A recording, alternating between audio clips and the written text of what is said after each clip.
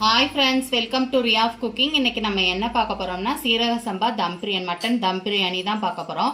வாங்க இந்த மாதிரி உதிரி உதிரியாக இவ்வளோ அழகாக எப்படி பண்ணுறதுன்னு பார்ப்போம் வாங்க. ஃபஸ்ட்டு சீரக சம்பா அரிசி நான் ஒரு படி எடுத்து வச்சுருக்கேன். இதை நம்ம சாப்பாடு செய்ய ஆரம்பிக்கும் போதே நம்ம ஃபஸ்ட்டு ஊற வச்சு எடுத்துக்கணும். தண்ணி ஊற்றி வச்சிட்டோம்னா நம்ம இதில் போடும்போது கரெக்டாக இருக்கும். நம்ம இப்போ ஊற வச்சுக்கலாம். ஒரு படிக்கு 200 கோல்டு வின்னர் ஊற்றிக்கோங்க. ரீஃபண்ட் ஆயில் ஊற்றிக்கோங்க. தேங்காய் 50, நெய் 50 ஊற்றிக்கோங்க. நமக்கு இன்னும் 50 நெய் தேவைப்படும். அதை நம்ம தாளிக்கும் போது லாஸ்ட்டாக தாளித்து ஊற்றுறதுக்கு வேணும். கரெக்டாக ஒரு படி ஆயில் எல்லாம் சேர்த்து நம்ம 300 ஊற்றணும். கரெக்டாக இருக்கும். நெய், தேங்காய் எண்ணெய், அதே மாதிரி ஆயில் எல்லாமே சேர்த்து நம்ம 300 ஊற்றினீங்கன்னா சரியாக இருக்கும். 8 ஏலக்காய், 6 கிராம்பு, ஒரு 2 பீஸ் பட்டை எடுத்து வச்சுருக்கேன். பிரியாணி எல்லாம் எடுத்துக்கோங்க. அதை சேர்த்துக்கலாம். நம்ம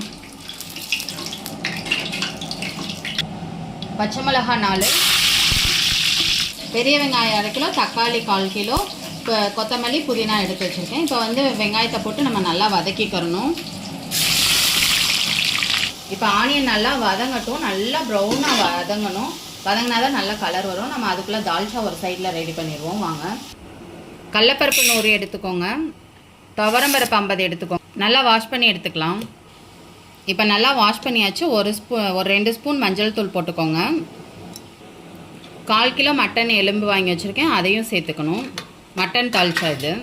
ஒரு செம்பு தண்ணி ஊற்றி நம்ம கொஞ்சமாக ஆயில் ஊற்றி மூடி ஒரு 2-3 விசில் விட்டுறலாம். பருப்பு விசில் வரதுங்கன்னே நமக்கு காய் ரெடி ஆயிரும். இப்போ நான் கத்திரிக்காவும் வாழைக்காவும் மட்டும்தான் எடுத்திருக்கேன், அதை போட்டுக்கலாம். 3 தக்காளி, ஒரு பெரிய வெங்காயம் நீளமாக கட் பண்ணி வச்சுருக்கேன், அதையும் சேர்த்துக்கலாம். 4 பச்சை மிளகாய், சின்ன வெங்காயம் அரைச்சி வச்சுருக்கிறது ஒரு பெரிய கரண்டியில் ஒரு கரண்டி சேர்த்துக்கலாம். 1 ஸ்பூன் பூண்டு, 1/2 ஸ்பூன் அளவுக்கு இஞ்சி சேர்த்துக்கலாம். தேவையான அளவு உப்பு சேர்த்துக்கோங்க. ஒரு லெமன் சைஸ்க்கு புளி நான் ஊற வச்சுருக்கேன். இது லாஸ்ட்டாக தான் ஊற்றணும்.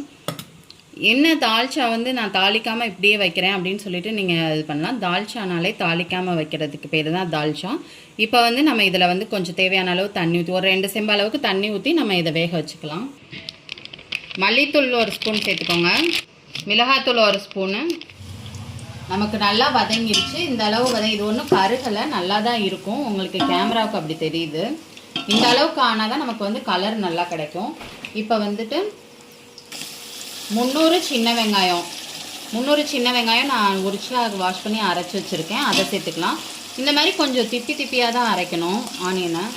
150 பூண்டு, இஞ்சி 75 கிராம், மிளகாத்தூள் 1 ஸ்பூன், 2 ஸ்பூன் சேர்த்துக்கோங்க. மல்லித்தூள் 1 ஸ்பூன், மிளகுத்தூள் 1 ஸ்பூன், பட்டை கிராம்பு பொடி 1 ஸ்பூன். இப்போ ஃபுல்லாக நல்லா மிக்ஸ் பண்ணி விட்டுக்கோங்க. இதுதான் நல்லா வதங்கணும். இப்போ தேவையான அளவு உப்பு சேர்த்துக்கலாம். எப்பயுமே ஒரு படிக்கு இந்த மாதிரி ஒரு புடி உப்பு சேர்த்துக்கணும், கரெக்டாக இருக்கும். நல்லா ஃபுல்லாக நல்லா மிக்ஸ் பண்ணிக்கோங்க. இதில் தான் நல்லா கலர் வரும். நல்லா வதங்க நல்லா கலர் வந்துடும்.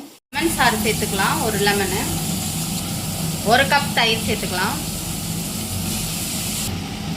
இந்த மாதிரி நல்லா வதக்கிக்கோங்க. இந்த மாதிரி கலர் வந்துச்சுன்னா தான் நமக்கு பிரியாணி நல்லா கலராக இருக்கும். இங்கே பாருங்கள், நம்ம குறைன்னு எதுக்கு வெங்காயம் வெள்ளைப்பூடெல்லாம் அரைச்சி போடணும்னா இந்த மாதிரி இருக்கும். இது நல்லா நமக்கு சாப்பாடை உதிரியாக கொடுக்கும். இப்போ நம்ம தக்காளி சேர்த்துக்கலாம். நல்லா இது வதங்கிடுச்சு. தக்காளிலாம் நமக்கு நல்லா வதங்கிடுச்சு. இப்போ நம்ம மட்டன் சேர்த்துக்கலாம். நான் கொஞ்சம் மட்டன் ஹார்டாக இருந்துச்சுன்றதுனால 2 விசில் வச்சு எடுத்திருக்கேன். நீங்கள் நார்மலாக சேர்க்கணுன்னா இந்த மாதிரி இப்போ இருக்கும் போதே நீங்கள் சேர்த்துருங்க. பருப்பு எலும்பெல்லாம் நல்லா வெந்துருச்சு. இப்போ நம்ம காயோட பருப்பை சேர்த்துக்க போகிறோம். காயும் நமக்கு ஓரளவுக்கு வெந்து தான் இருக்குது. அப்போ நம்ம இதை ஃபுல்லாத்தையும் உள்ளே சேர்த்துக்கலாம். நல்லா கொதிக்கட்டும். 2 சேர்ந்து புளி கரைசலை இப்போ சேர்த்துக்கலாம். அவ்வளோதான், நல்லா கொதிக்கட்டும். நம்ம ஹையில் வச்சு விட்டுட்டு நல்லா அது பாட்டுக்கு கொதிக்கட்டும் கொஞ்சம் நேரம் வரையும். பாருங்கள், மட்டன் நமக்கு நல்லா வெந்துருச்சு. வெந்து நல்லா சூப்பராக ரெடி ஆயிடுச்சு. இப்போ நம்ம உலை ஊற்றிக்கலாம். ஒரு படிக்கு 1.5 படி அளவுக்கு 1.5 படி தண்ணி ஊற்றணும். நான் எப்பயும் சொல்கிற மாதிரி தான். இதுதான் கரெக்டாக இருக்கும் சீரக சம்பா அரிசிக்கு. இதுதான் ஒரு படிக்கு 1.5 படி தண்ணி கரெக்டாக இருக்கும். 1 கைப்பிடி கொத்தமல்லி,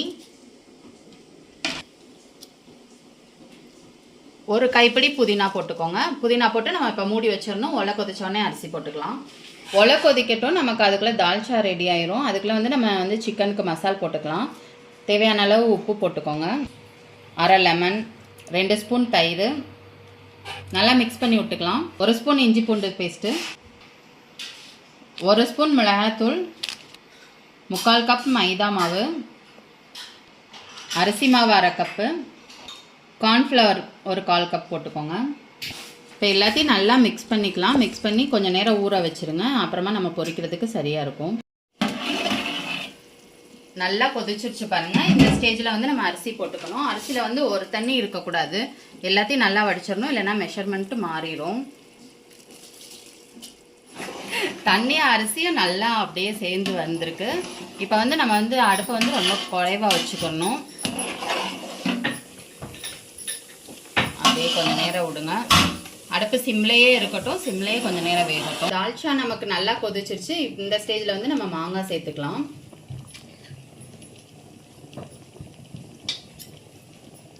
மாங்காய் வேகிற வரைக்கும் கொஞ்சம் நேரம் தால்ச்சா கொதிக்கட்டும். பாருங்கள், இப்போ நமக்கு தண்ணி ஃபுல்லாக நல்லா வத்திடுச்சு. இப்போ நம்ம சும்மா அப்படி கிளறி விட்டு பார்ப்போம். இப்போ தம் போட தயாராக இருக்குது. இப்போ நம்ம தம் போட்டோம்னாலே போதும். இது வந்து ஒரு 90% வந்து வெந்துருச்சு அரிசி. நம்ம தம் போடும்போது அந்த ஒரு 10% வெந்துடும். நமக்கு பாருங்கள், ஒரு பொட்டு கூட நமக்கு பிடிக்கவே இல்லை, நல்லா வந்திருக்கு. இப்போ நல்லா மிக்ஸ் பண்ணி விட்டு இப்படி நல்லா அமுக்கி விட்டுக்கோங்க.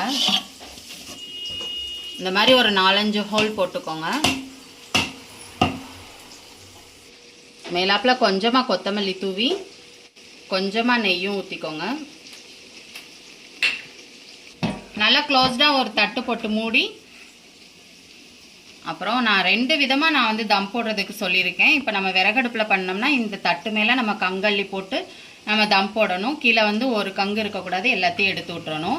இப்போ வந்து நம்ம கேஸ் அடுப்பில் பண்ணுறதுனால நம்ம கீழே வந்து தோசைக்கல் வைக்க போகிறோம். அடுப்பை வந்து ரொம்ப லோ ஃப்ளேமில் வச்சுக்கோங்க. அடுப்பு வந்து இந்த அளவுக்கு லோ ஃப்ளேமில் இருக்கணும். நம்ம யூஸ் பண்ணாத தோசைக்கல் வச்சுக்கோங்க. இதில் நம்ம தம் போட்டோம்னா இந்த கல்லை யூஸ் பண்ண முடியாது, தோசையெல்லாம் ஊற்ற முடியாது. இந்த சட்டியை தூக்கி மேலே வச்சு விட்டுருவோம். தண்ணி எதனாலும் வச்சு கொஞ்சம் வெயிட்டாக இப்படி மேலேயும் வச்சு விட்டுக்கோங்க. கீழே வந்து அடுப்பு ரொம்ப லோ ஃப்ளேமில் இருக்கணும்.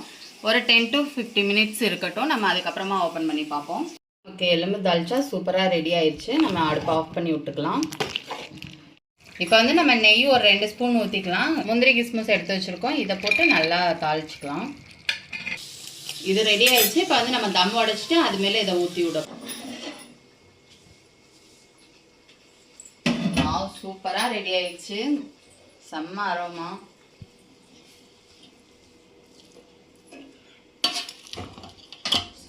பாருங்க, எவ்வளோ அழகா கலர் சூப்பராக வந்திருக்கு. சூப்பராக ரெடி ஆயிடுச்சு நமக்கு பிரியாணி. அவ்வளோதான். எல்லா பக்கமும் எடுத்து இப்படி மிக்ஸ் பண்ணி விட்டுக்கோங்க கொஞ்சம் மெதுவாக.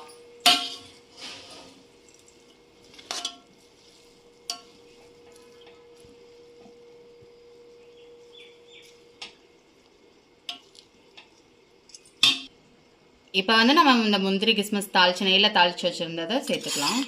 சேர்த்து ஒரு கிண்டு கிண்டி அப்படியே மூடி வச்சுருங்க. கொஞ்சமாக கொத்தமல்லி தூவி நமக்கு சூப்பரான சுவையான சீரக சம்பா தம் பிரியாணி ரெடி ஆயிடுச்சு.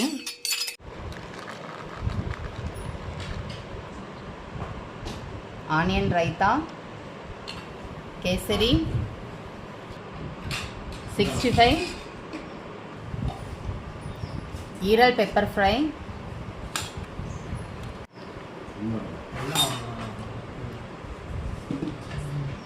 சீரக சம்பா தம் பிரியாணி சூப்பராக ரெடி ஆயிடுச்சு. சூப்பராக நீங்கள் பாருங்கள், கறியெல்லாம் செம்மையாக வெந்துருச்சு.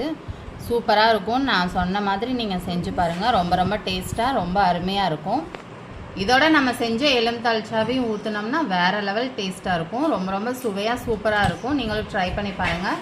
இந்த வீடியோ உங்களுக்கு பிடிச்சிருந்துச்சுன்னா லைக் பண்ணுங்கள், ஷேர் பண்ணுங்கள், கமெண்ட் பண்ணுங்கள், சப்ஸ்கிரைப் பண்ணுங்கள். கூடவே அந்த பெல் ஐக்கானை கிளிக் பண்ணுங்கள். Thank you friends.